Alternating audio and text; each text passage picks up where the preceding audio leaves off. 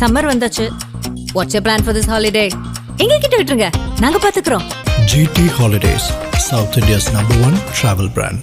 தமிழ்நாடு சட்டமன்ற தேர்தலில் அதிமுக சார்பில் போட்டியிடும் வேட்பாளர்களின் 2ஆம் கட்ட பட்டியலை அக்கட்சியின் பொதுச் செயலாளர் எடப்பாடி பழனிசாமி மார்ச் 27ஆம் தேதி வெளியிட்டார். இந்த பட்டியலில் 127 தொகுதிகளுக்கான வேட்பாளர்கள் அறிவிக்கப்பட்டுள்ளனர்.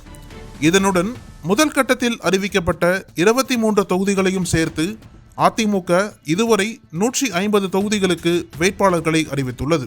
தமிழ்நாடு முழுவதும் அதிமுகவினர் ஆர்வத்துடன் இந்த பட்டியலை எதிர்பார்த்திருந்தனர்.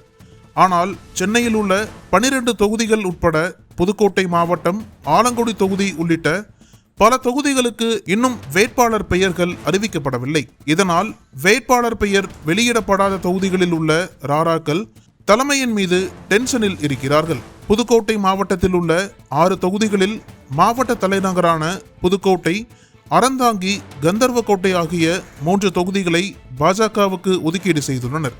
இதனால் இந்த 3 தொகுதிகளைச் சேர்ந்த அதிமுகவினர் முன்னாள் அமைச்சர் சி விஜயபாஸ்கர் மீது கொந்தளித்து சமூக வலைதளங்களில் கண்டன பதிவுகளை வெளியிட்டு வருகின்றனர்.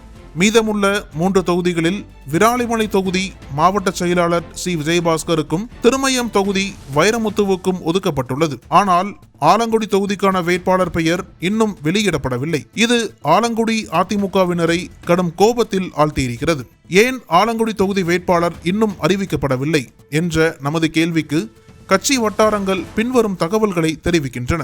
மாவட்ட செயலாளர் விஜயபாஸ்கர் தனது சொந்த தொகுதியான விராலிமலை தவிர மற்ற தொகுதிகளில் தேர்தல் பணிகளில் முழு கவனம் செலுத்த முடியாத நிலையில் உள்ளார். அதிகம் செலவு செய்யக்கூடிய வேட்பாளர்கள் இருந்தும் 3 தொகுதிகளை பாஜகவுக்கு ஒதுக்கிய நிலையில் தற்போது 2 மாவட்ட செயலாளர்களும் தலா ஒரு தொகுதியில் போட்டியிடும் சூழல் உள்ளது. ஆலங்குடி தொகுதிக்கு முன்னாள் வேட்பாளர்களான தர்ம தங்கவேல், ஞான கலைச்செல்வன், ஒப்பந்ததாரர் தனவிமல் உள்ளிட்ட 40க்கும் மேற்பட்டோர் விருப்ப மனு அளித்திருந்தனர். தர்ம தங்கவேலுக்கு திடீரென உடல்நலக்குறைவு ஏற்பட்ட நிலையில் மாவட்ட செயலாளர் விஜயபாஸ்கர் தனவிமலுக்கு வாய்ப்பு கொடுக்க வலியுறுத்தி வருகிறார். ஆனால் எடப்பாடி பழனிசாமியின் கணக்கோ வேறு மாதிரியாக இருக்கிறது. இந்த தொகுதியில் யாருக்கு சீட் கொடுப்பது என்று தற்போது மாசேவுக்கும் தலைமைக்கும் இடையே மாற்று கருத்து இருக்கிறதாம். இந்த நிலையில் தான் 2ஆம் கட்ட பட்டியலில் ஆலங்குடி தொகுதியை நிறுத்தி வைத்து எடப்பாடி பழனிசாமியின் இல்லத்தில் பஞ்சாயத்து நடைபெற்று வருகிறது.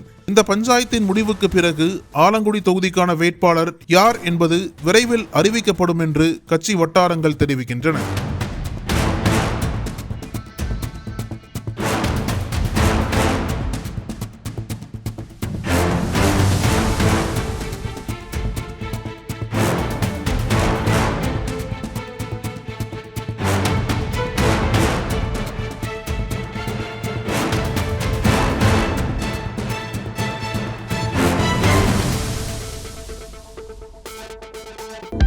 அனல் பறக்கும் செய்திகளை அப்டேட் செய்து கொள்ள நக்கீரன் களத்தை இப்பவே சப்ஸ்கிரைப் பண்ணுங்க.